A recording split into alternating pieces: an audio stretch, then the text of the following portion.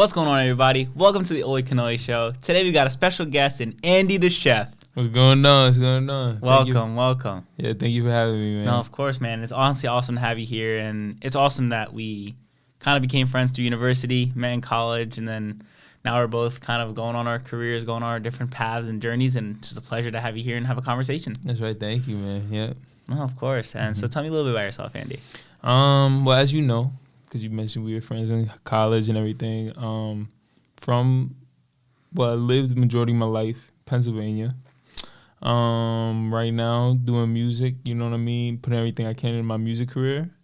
And we'll see where it goes. And so far, things are looking pretty good. And just trying to double down on what's working and take it to the next level. Yeah, no, it's awesome. And I think something that have always inspired me of being your roommate in college and, like, being friends is that the hunger.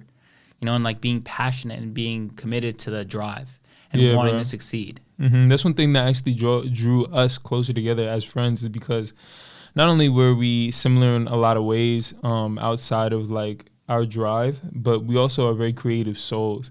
And, you know, we allow those things to just, we allow those things to move through us. And outside, a lot of people suppress those things, you know what I mean? Mm-hmm. And not only are we creative in that way, but we also like put passion into it.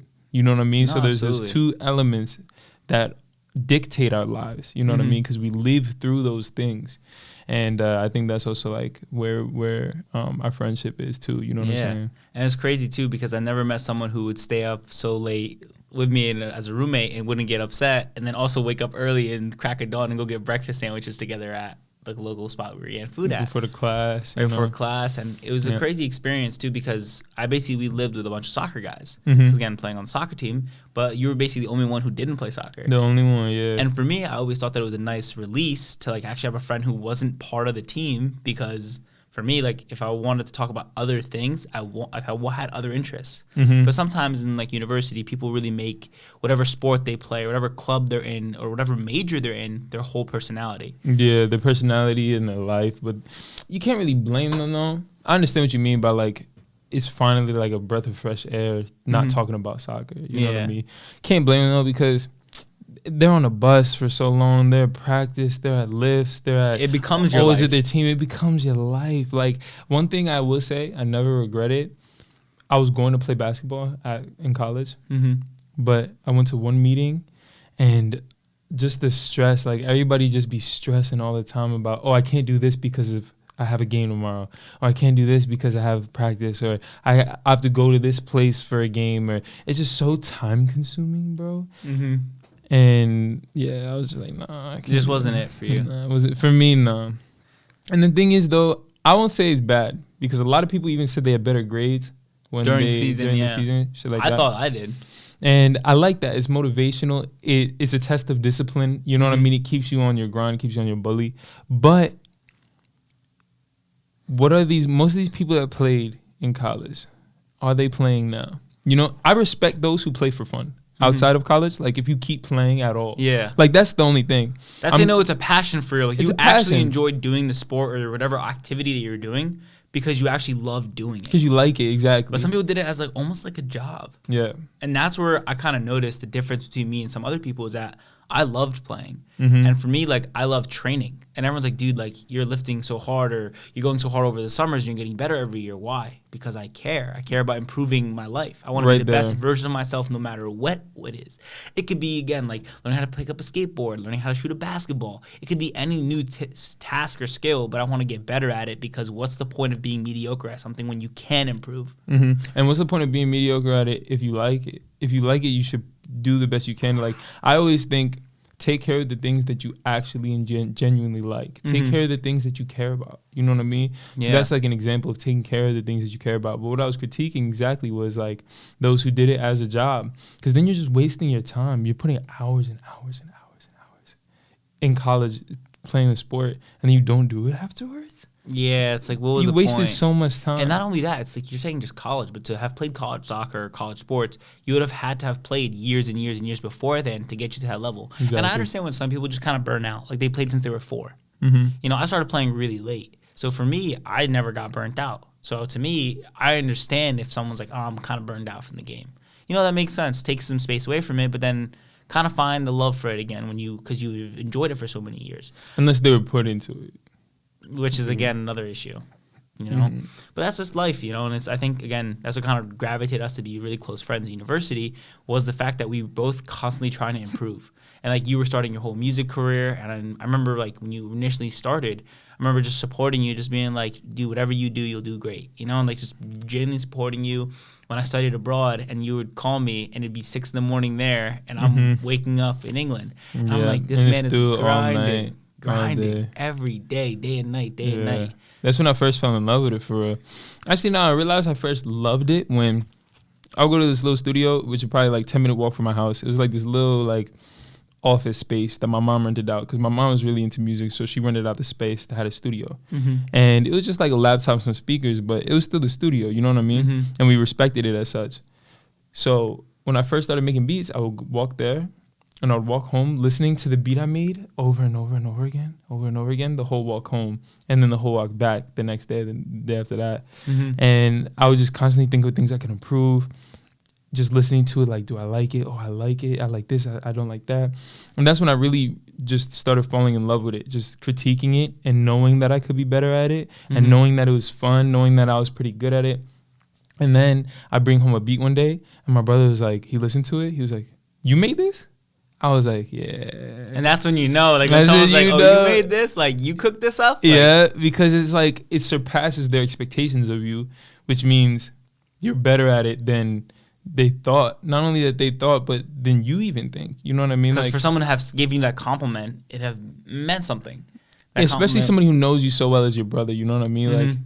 Like he knows all your faults and all your strengths, and then for him to be like, this surpasses my expectations of what you could have done in this time that you had started. This is when I first started, you know what I mean? So you expect people to be bad when they first start.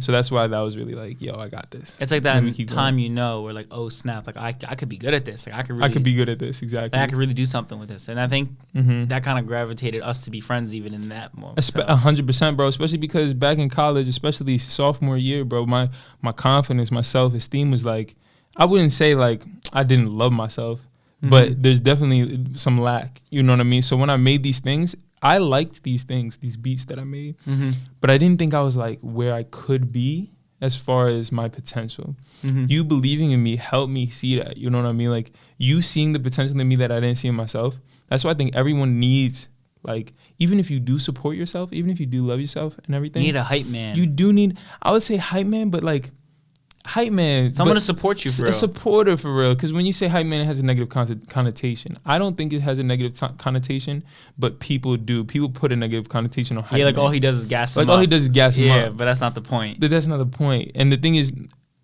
who would gas things they don't really like? You feel what I'm saying? Yeah, like, what's the point? So hype man is really good. Like, everybody needs one. That's what I'm going for. Like that big show. It's that extra support. It's the extra support when, say, you feel down on yourself or say you don't believe in a project. You know what I mean? The hype man is going to actually help you past that, you know what I mean, little gray area. Yeah, because sometimes, like, even when it came down to, like, me when I was in England talking to you about, like, some of my dreams, aspirations, things I wanted to achieve, and I remember one of the things was the Oly Kanoli Show. And I remember saying, like, what are you good at? And we had that conversation where thinking is a skill like everything else. So sit there and just keep thinking. And people don't even realize that thinking is a skill. So you can get better at thinking. And I remember you would always tell me that during that semester.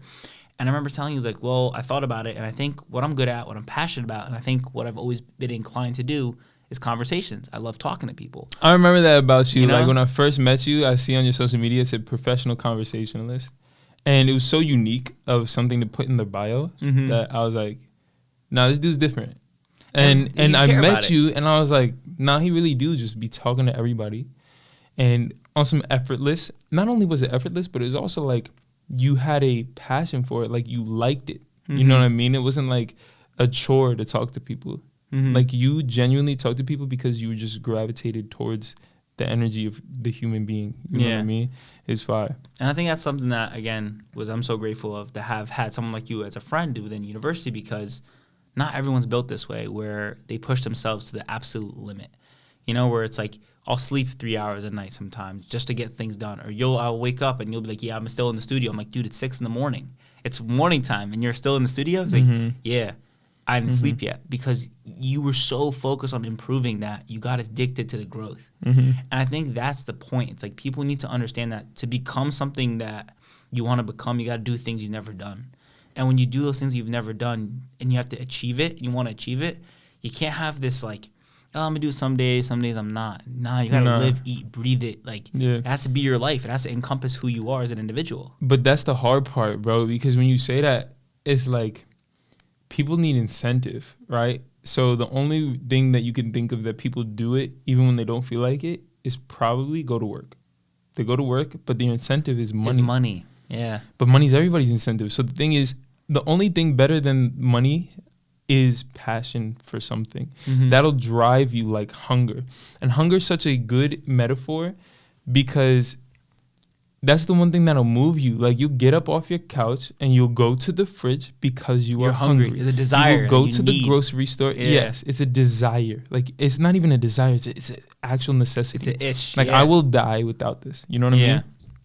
And that's why it's such an appropriate example. But passion for something also is that, because it's a driving factor. So I wasn't in the studio just because I wanted to get better. I was in the studio because I wanted to get better, and it was something that was just the most fun thing I've ever done in my life. And they always say the wolf climbing the hill is always hungrier than the wolf at the top of the hill. So always be that wolf climbing the hill. Because the one climbing is hungrier. It's hungrier. Yeah. And if you're always hungry for your own success and not about the money or not about fame or fortune or status even, then you're always hungry for that next level of understanding, that next level of success, that next level of you being the best version of yourself. The rest follows. But what I was getting at before is, it's different than hunger, because that's more like the passion for something, right, is also fun. You know what I mean? You need to think about the hunger. You don't think about anything else. You don't need to. And that's one thing I was blessed to find, that a lot of people just don't find that. And that's because they're kind of suppressing themselves, I think. Nobody thinks about it enough. They think about, okay, I need money. How do I get money? Go to this college to do this job, or get this thing. Like, and I don't want to sound like I'm hating on the 9-to-5 life that a lot of people choose to lead, but what I'm critiquing is how people don't spend enough time being introspective enough to find their passion. Because say you do a 9-to-5, but it's something you're actually passionate about. You'll go to work every day and be really happy. Exactly, like, bro. It's not even a 9-to-5 thing. Yeah, because you're going to work because you enjoy doing it. And it offers stability, bro. I'm telling you, the first 4 years, I've been doing it 4 years. January 19th of like this January was the 4th year I've been doing this music stuff. Like professional, like you took it serious, 100%. Yeah. And if I could have that stability that a 9-to-5 gives you within the first 4 years, because I just started being stable like the last summer. If I could have that for the first 3-4 years, bro, like with the same passion, but with the stability of a 9-to-5, bro, who wouldn't want that? You know what I mean? Absolutely. So if you can find that, bro, you're blessed. There's a couple of developers and coders I started speaking to, and I met them, and they're telling me that most developers actually enjoy working for someone and working on projects, because to them, they're not really into the startup energy. They're not really worried on making a business. They'd rather just work, get that stable job, support their families, support their kids, but still do something like coding that they really enjoy doing. It makes sense. And it made sense. And I was listening to it, and it's like, there's no hate on that. There's no hate on the 9-to-5 grind. But I think, like you're saying, the critique is, if you have a 9-to-5, but you hate every single day and you hate waking up in the morning to go there. So what are you doing? Your soul is hurting. You're hurting every day. You know, and like that is more valuable than any amount of money. Facts, and obviously nowadays we're forced to work and make money for our sustenance, our food, our shelter. Survival, bro. Survival. And yeah, it sucks. But in any way, instead of wasting maybe that hour to decompress on Netflix, or maybe wasting your time at work where no one actually works 8 hours a day. There's a study that came out, it's like people who theoretically work like 2 to 4 hours of the day. Like, no one actually works the whole 8 hours. So whatever time you're basically goofing off or not focused on whatever work that you have to do, think of other things that you would want to do with your time. Because our time is the most valuable thing we have. That is the most valuable resource. It's not even money. Yeah, bro, because it's our time here on this earth. It's our only time here on this earth. And it's not valued enough. It's kind of sad, though, because if people valued it enough, just like, I don't know. I think people have this false sense of living forever. People just think about each day like tomorrow will come, tomorrow will come, tomorrow will come. And so we're not really living for life itself. We're living for tomorrow. And that's such a bad conundrum, because at the end of the day, we could die today. It doesn't matter. Like, death could be around the corner for anyone. But I think that's a hard thing to say. Although, like, people that think deeply, right? And I have to say that because a lot of people just don't. People like surface level. They like easy. surface It's level. easy to be ignorant. It's and, easy to not think. And I think majority of people don't think deeply on that level. And what I'm trying to say is that death is very real. And that's why it is also like, I don't know, I think that people aren't aware. And that's why it's when we say, like, you could die today, you could die tomorrow, people are like, yeah, whatever, it's a phrase. But not only is it the truth, but either way, you're going to die. One day. Even if, one day. One day. Even if it's like in 10 years, 20 years. That's what you're guaranteed. The only thing in your life you're guaranteed is that casket. Exactly. You know? And it's like, when you watch plants grow, I saw your plants today, I was like, wow, they were just babies. When you watch babies grow into kids and whatever, puppies grow into dogs, like, it happens so fast. Right before your eyes. And it really shows me the value of just like a couple months. Like, a puppy can be a dog. Literally a couple months. In a couple months, bro. A Dane can grow from literally like yay big to yay big to yay big, and it's huge in literally a matter of months. And just because we don't get our wrinkles until like we're halfway there, people think that it's just so slow, but really the trouble is you think when you talk to anyone who's like 50 and up, dude, literally always tell you like, oh, do you remember being 20? It's like, yeah, it happened like this, blink of an eye. And it's so crazy. It's like, we're not spending our time valuably. And a good saying is like, back then, like the Socrates and all these great thinkers and the Michelangelos and the Renaissance painters and all these people who made all these inventions back then, they didn't live to be 80. They didn't live to be 100. They lived to be like 50, 40. Bro, you know what's and crazy, they got bro? More done. And they invented like the maths that were invented and the philosophy that was thought and the just so many things that were invented and just the thoughts that even were thought and the art that was created, bro. Like, so many things that was created, bro. They just constantly did. They didn't have the phones to distract them. They didn't have the internet to distract That's them. what I think it is. They literally just lived, like you said, they lived life 100%. They didn't do anything else. They knew what was in front of them, and that was their life. They didn't think about what's happening in Uganda if you lived in Italy. You didn't think about what's happening in Canada. There was no movies. You never watched a movie in your life. You're not wasting your time. You're not wasting every no hour, Netflix shows. Picture no nothing. Every hour. No video games. No video games. Nothing. No movies. Honestly, no not music. Not even that much recreational sports either. Like, nowadays, there's so many sports that you can watch. And the watch technology that you can wear on your feet. And the clothes that you can wear to help you play sports. Like, I think, like, the Premier League, like, for example, like, soccer, like, dude, it didn't even really, like, kick off, like, heavy as much until like the early 1900s. Like, soccer obviously was created before then, but there weren't all these top 10 leagues. There weren't all these leagues all over the world. Bro, if you wanted to listen to music, you wanted to be entertained, you have to listen to the instrument. And listen to it in front of your face, bro. And that's just crazy because it saved them so much time for, it's like you said earlier, the distractions. It's just like there was way more limited distractions, bro. It's crazy because life is about learning, like, in general, like in that school. Bro, that's what that chef logo is about, bro. The wisdom logo that I have. It's because to be wise, I think, is just a good fundamental knowledge. Not even fundamental because it goes beyond that, but of how to live, like, for your soul. You know what I mean? Of how to live on this earth. You know what I mean? Intelligence, I think, is a good knowledge of things, but wisdom is like a good knowledge of how to conduct yourself, how to coexist, how to live in this world. It's understanding the fragile pieces of the world's art, you know, like, because again, the world isn't just black and white. There's that gray matter in between. There's that blue color over there. There's that red. There's that yellow. And my dad always tells me this, and it's funny. He's like, Ali, you see these 5 fingers? I'm like, yeah. He's like, are any of them the same? I'm like, no. He goes, and that's people. Not one person is the same. So you have to understand how to deal with the thumb, the index finger, the middle finger. You have to know how to deal with different types of people and handle it in different types of ways. Because the way I talk to you won't be the same I talk to someone else down the street. And understanding that and being humble about understanding that makes you a little more wiser. But then having that conversation again makes you more wiser. And going through those experiences. And people always say, like, oh, listen to the old heads. They have experience. They have so many more years on you. But I don't even say that it's about the years, but the valuable years that you spend in order to have that wisdom. Because I've met 25-year-olds that are wise. They're 100%. They get it. 100%. But I've met 70-year-olds I'm talking to, and I'm like, how are you still talking like this? You are 70. You've went around the, bro, 70 spins, man. 70 spins. And you talk like this. You're this ignorant still about the world. Maybe, okay, credit, you didn't have the information technology that we had. Cool. True, yeah. Maybe you didn't have this. Maybe you didn't have that.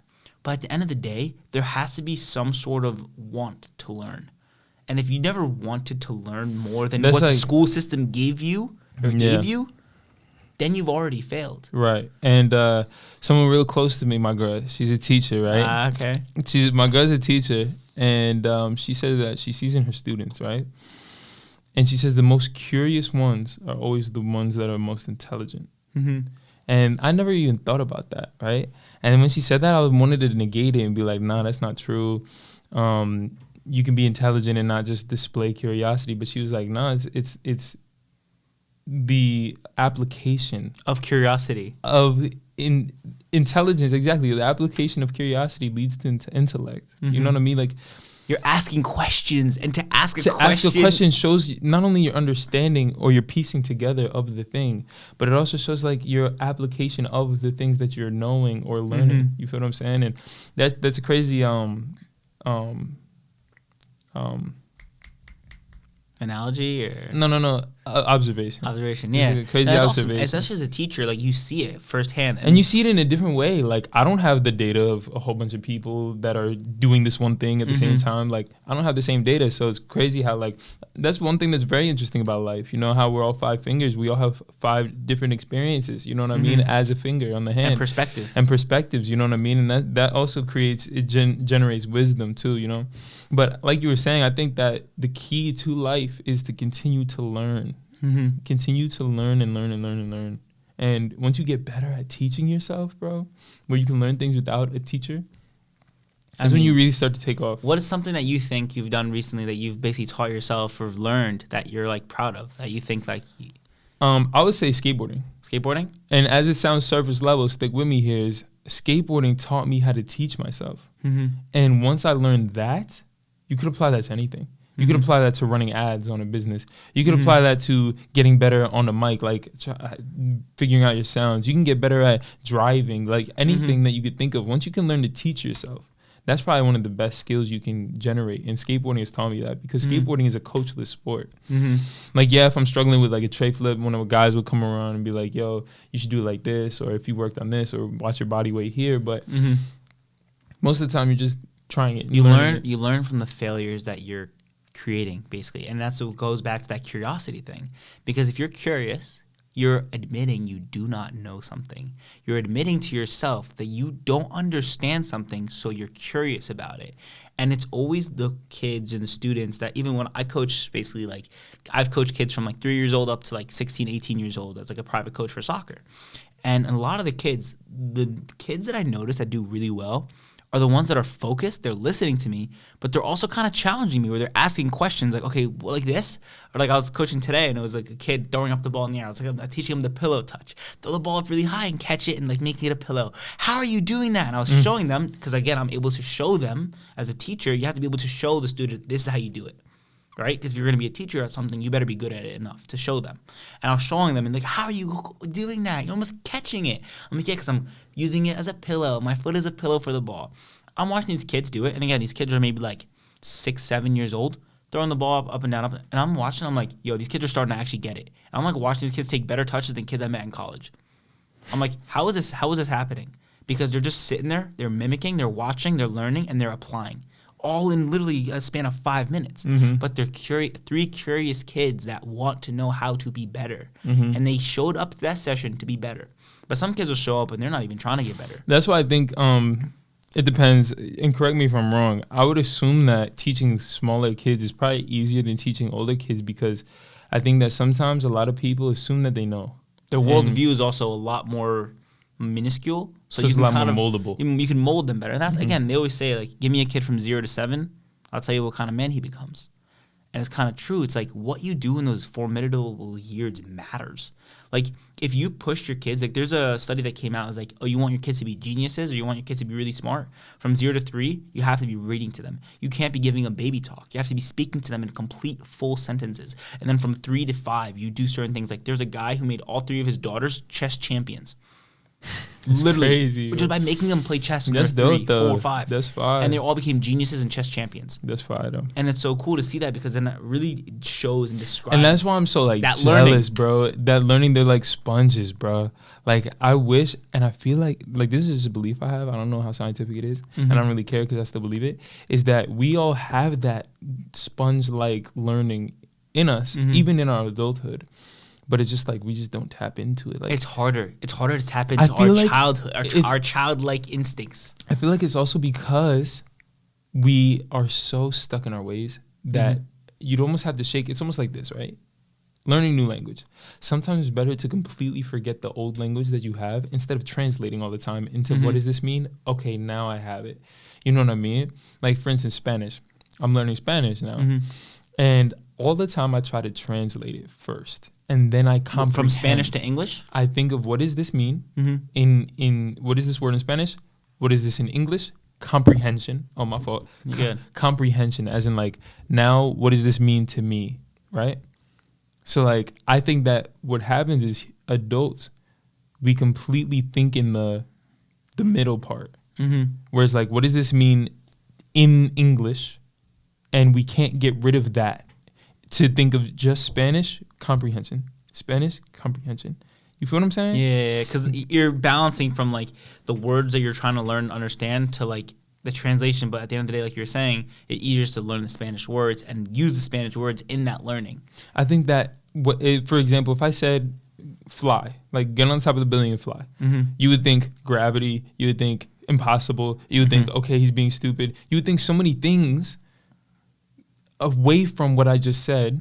And that's why I think we don't have that sponge-like learning. Because babies and kids don't have any of that. So what if you had wings? And what if you did this? And what if you had the powers to fly? They just think of it being possible, so much so that they don't have any of that noise in between. And that's, I think, what takes them to that another level. It's the doubts that build in one by one when someone tells you, don't do that, don't do this. No, that's wrong. No. You know how many times a kid gets told no from like 7 till 12? Dude, you get told no all the time in school. And me, again, like, I'll be honest, I wasn't the greatest student of a classroom. I was intelligent. I answered questions correctly. I did great on my tests. But when I got my behavior report cards, it was always won't stop talking, distracts other students, argues, talks back. And the thing is remember, my parents would be so mad at me, like, why are you doing this? Like, we know you're intelligent. We know you're smart. You're doing well in your school. But why are you so, quote unquote, immature? Why are you so bad, right? But the thing is I constantly just asked questions and I challenged my teachers. And when I thought something wasn't fair, I said it. Because in my head, I didn't have that limiting factor that told me, no, just shut up and listen. Shut up and be quiet, yeah. Because I don't want to shut up and listen. I want to actually have a conversation. I felt like my intellect was at the level of to have a conversation with a teacher. Not just, I'm just some kid that you can boss around. And that's why I'll always say, like, when I speak to kids nowadays and I coach them, I take them for exactly what they ask me and I let them be silly sometimes. I let them interrupt me sometimes. I don't take it personal. That's why also I think that the school system is a little trash. I think it's a good way to get a whole society to be a certain way. But I think individually, if your child could benefit from being in his own space, not his own space as in being by itself, but if your child can benefit from being free, which I think all children can benefit from, like be free enough to express themselves and to ask those questions, give them the space to ask those questions, give them the space to actually have that conversation, but also include them socially with other children. Yeah, if there's a mix between those two things in a healthy way, I think that's what I'm going to lead my children into instead of just throwing them into whatever school system. Yeah. You know what I mean? Because I didn't make the school system. I didn't make those rules. You know what I mean? Like, so why would I follow all of them as if they're doctrine? Why would I make my child stand up and pledge allegiance to the flag, like, of the United States under God? Like, you know what I mean? Like, these things were placed for us, upon us. And for a reason that we're not 100% understood. We don't understand why it was placed. We don't understand we were just given this, why. now follow. And we're told now follow. Now comply. Exactly. And the thing is, it's very dangerous to just comply and not understand what you're complying to. And a good example, 100%, bro. And a good example 100%. is right now is happening in our school system currently. And again, this is someone I've been out of the school system for years now, and again, I haven't been in high school and elementary school for so long. But in speaking to some of these kids, I ask questions. High schoolers, I'm like, hey, so what's going on? Like, how many people in your school talk about this or this or this or these topics? And they're saying, yeah, like, honestly, like, they kind of force, say, for example, the LGBTQ movement on us, where they kind of talk about it all the time. And in my head, I'm like, okay, it's obviously okay to be homosexual. That's your thing. That's your choice. Go for it. Do whatever you want to do. My decision of not wanting to do that is to depend on my decision. But again, I personally believe in no PDA in general, right?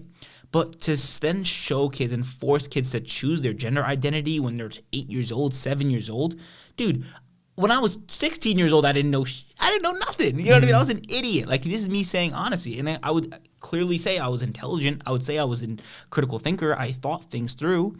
But we're taught these things, and it's like, could you explain to me why we're getting taught these things? And I see, like, Muslim parents, Christian parents are coming to these board meetings and they're like, can you please stop forcing this ideologies and these worldviews on our children? Because we're forced to work because of this system, so we both can't be home. We're forced to work, and then we're forced to put our kids in school, or else we go to jail. Or we get fined for not having our kids in school system. Yeah. But then you're basically, like, it's like you're pulling my strings. And then you're forcing them, and I have no say in what they're taught. And then they argue with me when they come home and say, but I learned this in school. But then I want them to learn in school, but then how do I tell them not that or not this? Because then it gets in this gray area. And it's really difficult. And you could confuse them too, depending on their age. You could be like, well, they told me this. And then they're going to school and be like, well, my mom said that this. And then it's just a problem. It's a problem. I remember one time I did that in the 7th grade life science class, and he was talking about evolution. And I remember thinking my dad was kind of explaining me, like, religion a little bit, because again, I was starting to get old enough to kind of ask questions, but I'm obviously not understanding. I do not believe in evolution. And I was sitting there, and he was telling me, like, all these monkeys and orangutans and how we're looking like them and all these things. And I was sitting there thinking, and, like, I raised my hand, right? Because, like, everyone was kind of, like, doing that thing. We're like, okay, yes, sir, yes, sir. And I raised my hand, and the thing is, he hated me. I was all the way in the back of the class. He did not fool me at all. Like, he hated Wait, but how old are you? 7th grade. Oh, okay. I was old enough to hate you. It'd be obvious that he does not like me. Right. And everyone knew, like, but the thing is, I raised my hand still all the time in that class because I liked raising my hand because, again, I love talking. I enjoyed it. So I raised my hand. I'm like, so, sir, Mr. Blank, right? Can you tell me, like, why are the monkeys now not humans? And, like, good ass question. And I asked that because I was curious. I was thinking about, like, okay, how would this happen? Why are we not sort of more monkey-like? Or why are we not, like, why are these orangutans not... monkeys still monkeys? Why are they not running with pencils and building video games and doing all these things? Why aren't we watching them evolve? Because they're not. They just stopped evolving? It's like, what? So we just got lucky? Yeah. And it just made no sense to me. And I remember explaining to him, it's like, modern-day evolution makes no sense. But what I do believe in is the product of your environment. So, for example, certain traits can get passed down generation to generation that are more favorable, right? So again, favorable traits get passed down. For example, a black woman and a black man have intercourse and have a baby with any other race. That baby now becomes black. So what gene there being expressed is the most powerful gene? Is the black gene, right? Absolutely right. So then a white man and a white woman can have a baby together, and then it's a white baby. But the second you mix it, right? So then you're sitting there thinking, okay, so clearly that gene of being black, right, having the melanin in your skin, is a more dominant trait than being white, clearly, right? Yeah. And obviously we know that the sun can burn us, right? But honestly, I'm Egyptian, right? I be going to this. I don't wear sunscreen. I don't think I've ever worn sunscreen. And honestly, when I've worn sunscreen, it's hurt my body more than it's helped. Really? And that's me personally. And like the sun helps. I feel good when I get the sun on my skin. I feel sun-kissed. I feel healthy. Like the problem is that the ozone and stuff like that is that the sun is touching the skin hotter than it used to.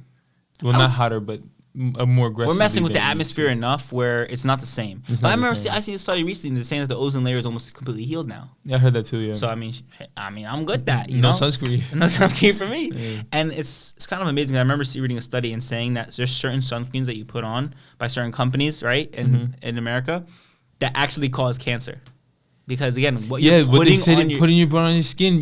I heard somebody say, Don't put anything on your skin that you wouldn't put in your mouth. And that makes so much sense. Makes so much They say sense, put bro. coconut oil, but I would have coconut oil because you can use coconut oil. Yeah. And it's one of these things where you start to think like, God created everything on this earth. If there's an illness, God created the cure. And I remember with the whole Dr. Sebi thing, what happened to him? He was talking about how there's a cure for everything. And it's why. Because there's always a cure for everything. The Prophet Muhammad, peace be upon him, said that like black seed oil can cure everything but death. But when you drink that, you feel it, bro. it like your soul, in your stomach. but you feel burp great it after. out. My mucus goes away. I feel so like clear headed. No, it's fine. And it's something where like, you know what? Let me apply it, see if it works, and if it does, it works. If it doesn't, then so be it. It didn't work. But when I do it and I apply it, it feels but like what it about the works. placebo? That's another thing. It's like Placebo is a huge thing. placebo is a huge one, and I like placebos because I convince myself that something will work. Just do it. I'll be straight. There was a study that came out and it was explaining this guy who got given this cancer drug, right? Long story short, it didn't actually work. And it later came out that it was basically faulty, it didn't really work or anything. But both times he took it, the doctor basically made him believe that it would work. And both times the cancer went away. Until the patient, read studies that said it was a bad drug. And then every time he read it after, the cancer came back. So it shows how strong is the placebo. Bro, placebo is real. People go giving sugar faith. pills. It's not even placebo. It's faith, bro. It's just how much do you believe in something, bro. That means that the mind heals itself. The mind can heal it's almost itself. it's almost like when you get a virus. You know what I mean? Say you get a virus and then your brain tells your body to get warm. Mm-hmm. Your brain communicates to the body. Like when you're shivering, when you're up. chattering, your teeth are chattering, you're shivering. That's your body trying to generate heat and friction. Because you're shattering. You're like shaking. the body knows, and so does the mind and the brain. Like how to maintain homeostasis, you know what I mean? So it's just another thing where it's like if we can control it a little bit better, like if we can control it, just like the learning thing, like if we could just tap into those things, I think we'd be so much better off, you know? It's just honestly amazing. But there's a question to you that I want to ask is like, what is something you think most people don't know? Most people don't know Mm-hmm. that being deliberate about anything Mm-hmm. can dictate the outcome of your life. Elaborate. So this is one thing that I really like to talk about, especially because I've seen it work in my life. And it goes back to what we were saying with hunger. Mm-hmm. So when you're hungry, you get up, Mm-hmm. you go to get some food. Mm-hmm. And you don't really control that. You don't control when you're hungry. You just a feeling. You're just feeling that you're just driven. You know what I mean? It's like, say you feel like eating a snack. You're walking through the grocery store. You look at something. It's bright. It's orange. It's a little candy. It's appealing to you. It's appealing. Your stomach growls and you pick it up and that's it. You just are reacting. Mm-hmm. Now, when you fast, Mm-hmm. fasting is so huge when it comes to recalibrating your discipline because you're hungry, starving, stomach growling, and you decide, I'm going to continue to do what I'm doing because of the sake of what I'm doing. If it's for religious purposes, it puts you closer to God in that point or whatever you're fasting for. And it just gives you that extra sense of, I'm doing something deliberately. I'm being present in this moment and I'm doing something by choice. You know what I'm saying? Yeah. Even going to work, like people think that it's like them doing it, but I think you get into certain habits where it's like it's not even deliberate. But what I'm trying to say is once you start deciding what you want to do, that's why planning is huge, bro. You plan something and you deliberately do each thing on the thing until you reach the goal, right? And you could take control of your whole life by doing that. Your whole life, it's calibrating your discipline 100%. And then it's like this. So it's like if you didn't play a video game, you play video games because I want to, and it's just it's like an hour in a day. I feel like it. You didn't watch the movie. You didn't eat that sugary snack, and you decided. Because once you decide what kind of life you want to live, say video games are in your life, you're deciding that. Yeah. Once you make that plan and then you deliberately attack this plan, you'll see where you are. And growing up, for example, we didn't decide a lot of things. Yeah. So many things were not at school, the location, what we put in the fridge, what we eat. So we are a product of so many things that we didn't decide. So now at this point in your when you grown have the life, opportunity to decide, you better be deciding the right things. everything that you want to do. You are just a mold of what you have been chosen to do. It's kind of amazing too, because that's something I read recently was like, what you do every day is what you do every week. What you do every week is then what you do every month. And what you do every month becomes what you do every year. 100%. And what you do every year becomes what you live. Your life. That's literally your life. So if every day you clock into the studio for an hour a day, 3 years from now, you'll have recorded that many hours. If you do an hour of Spanish every day, you'll have done that many hours of Spanish. Or if you watch an hour of a movie and then another hour of a video game and then eat an hour of chips.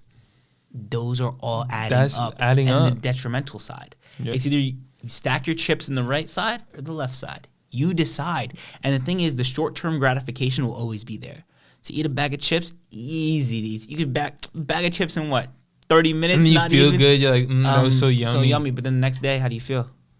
Do that every day for a week. How do you feel? How's your weight?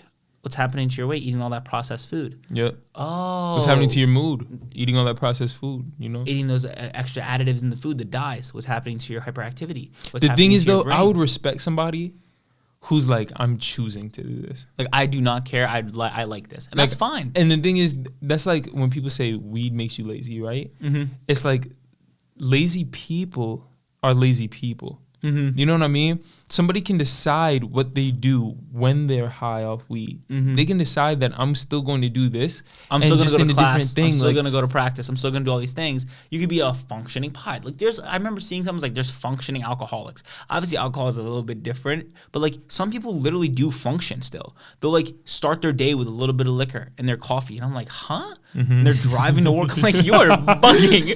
I read something. I was like, you are wilding out. Like, but people do that, and they're like, oh, I'm high functioning. I'm like, the thing is that placebo of them telling themselves, no, but like I'm high functioning. That's true. I'm good. I'm straight. That them telling themselves is reaffirming like I'm good off this. Mm-hmm. This is what I am. This is my life now. Mm-hmm. And it's so hard because again, like something I started realizing like in life is that when you really do act deliberately and you remove all the vices from your life, you really do get closer to your goals even faster. You have to. Because you can't. There's only one way, and it's up. There's only one way, bro. And the thing is, especially if you can teach, it's like what we said before about knowing how to learn. Mm-hmm. Once you apply that, and the thing is, you don't even have to apply that yet. You know what I mean? It's just deciding where you want to go and going in that direction. You'll find the ways to get there. If you're deciding, you know why? The fork in the road will open up if you just start going that direction. And you know why, bro? It goes down to like setting goals and setting it to the littlest goal. For example, you want to make $1 million, you got to set goals. The goal is $1 million. You got to set so many underneath to the point where what is the very next thing to do? Mm-hmm. What is the very next thing to do? Get up and go in this room? Okay, well, I will make sure I get up and I go into that room. Oh, I can't go in that room because I don't have a ride. Okay, how do I get a ride? Okay, I need to call one of my friends. And I don't have any friends. Constantly asking those questions. You go backwards. You go backwards until there's something that you can do. And then do that. And you do that. And that's deliberate. That's how you live deliberately. No, that's an awesome example, man. And I'm glad to see, like, it's obviously worked for you. You know, it's worked for you in your career. It's worked for you in, like, everything you've done. And it's only up from here because what's crazy is the last 5 months. I've really been going crazy on just living deliberately. And I've seen the most success. And you know what the funny thing is me knowing you, obviously, I would say even this last 5 months, I don't even think you've gone as hard. You just gone more deliberately. More deliberately. And it's funny because you're not even going that hard, right? You're not. It's like the working smart, not hard thing. Yep. And for me, it's crazy because I feel similar to me. It's like I've been thinking for so many months and years about my goals, the things I want to achieve. But now that I'm just doing it instead of thinking about it, it's actually happening for me. Because you did the thinking, though. Don't underestimate yourself. True, I did the thinking. But now all that thinking that I did, I have to put it to use.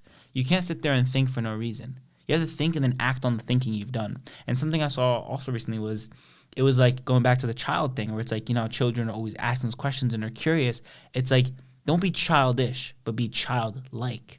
So in your life, be constantly childlike and be always thinking like, yo, I got to focus on this and ask these questions to these engineers that you might not know something. So if I'm working with a developing team, I might not be the best developer. I don't know how to develop anything personally, but I can work with them and talk to them and have these interactions and conversations. I may not be the best musician. I may not know all the most marketing tactics, but I've used it. So for example, if I'm on TikTok or Instagram or Twitter, all these modern day social medias or Instagram that people market on, I've been marketed to before.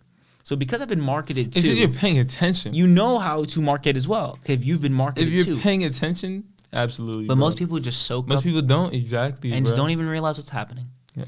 And that is the danger. And that's something that I would tell everyone as well, is like really focus on like what you want to do in life.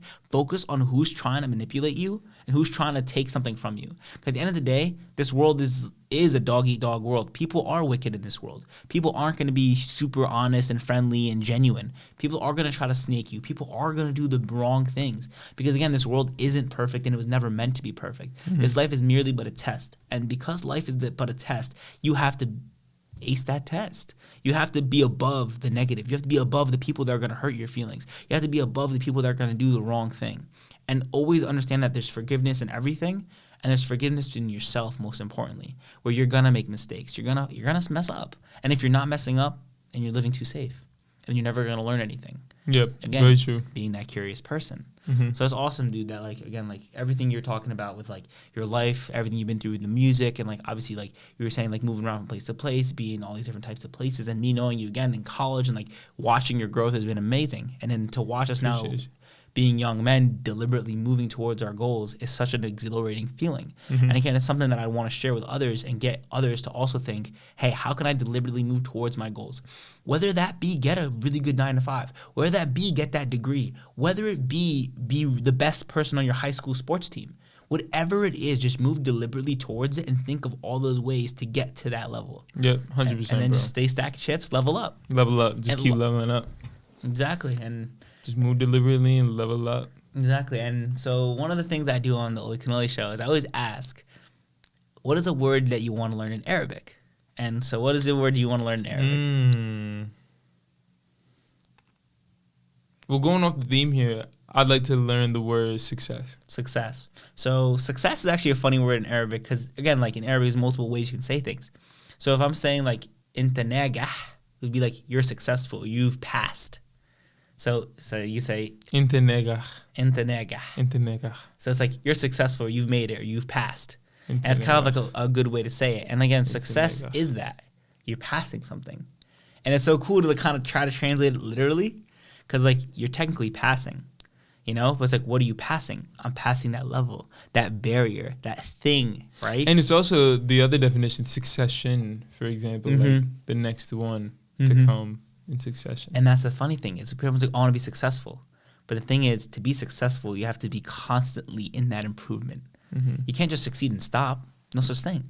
No such thing as success that just stops. Because success keeps flowing. When water flows downstream, is it successful? For sure. It's successful. When is water not successful? When it's still. They say never drink still water that's sitting in a lake. Why? It's not purified, it's not clean. But when it's running, it's moving in succession, that's when that water is clean. And we have to constantly move that way with our life as well. And it's just a really cool, like, I guess, analogy to kind of explain it. Because, again, moving water, healthy. And still water sitting in the bottom of a pond, muddy pond, not anything good. Still really, like, would just deteriorate for real. Like, think about a car that just sits. It'll just start rusting. It'll just start rusting. The engine doesn't work. Or when a car's out in the cold for a while, it doesn't start up. It starts doing that sputtering noise, right? Or a house starts to get dilapidated. People don't realize that. And the way I'm going to end it is, what is one of your favorite quotes? One of my favorite quotes, it is our light, not our darkness, that most frightens us, by Marianne Williamson. That is one of my most favorite quotes because I think it's just so true. And I think we see it so much in society where people just are so insecure. But why? What's the point of being insecure? What are you afraid of? And it's crazy. You don't get anything out of it. And what happens is you have people who accomplish or people who aren't afraid.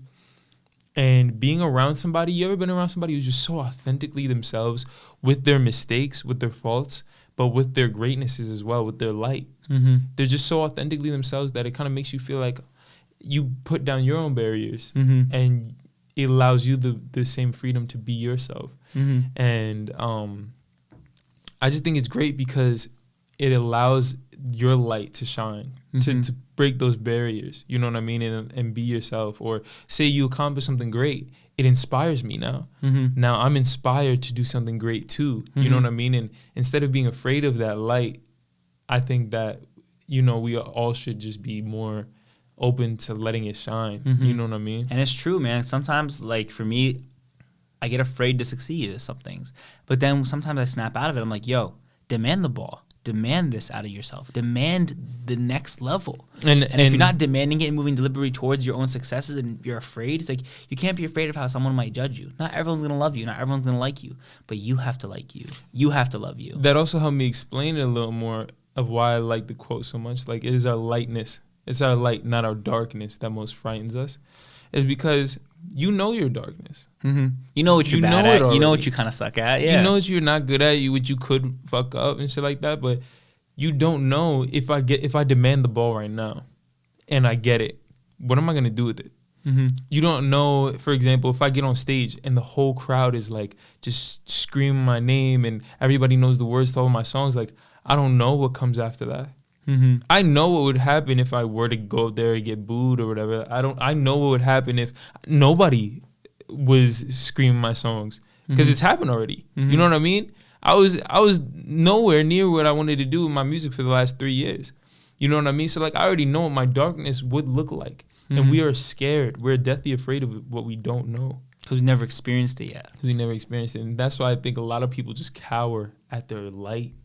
They cower at what they could be, what their potential could be. What their potential. And you know what it is most people don't even want to work towards their potential, because to work at your potential, you have to be okay with being seen at the bottom, and no one wants to be seen starting at the bottom. Nobody wants to be seen starting at the bottom. But you got to. You got to, bro. There's no way around it, bro. And then the only way is up.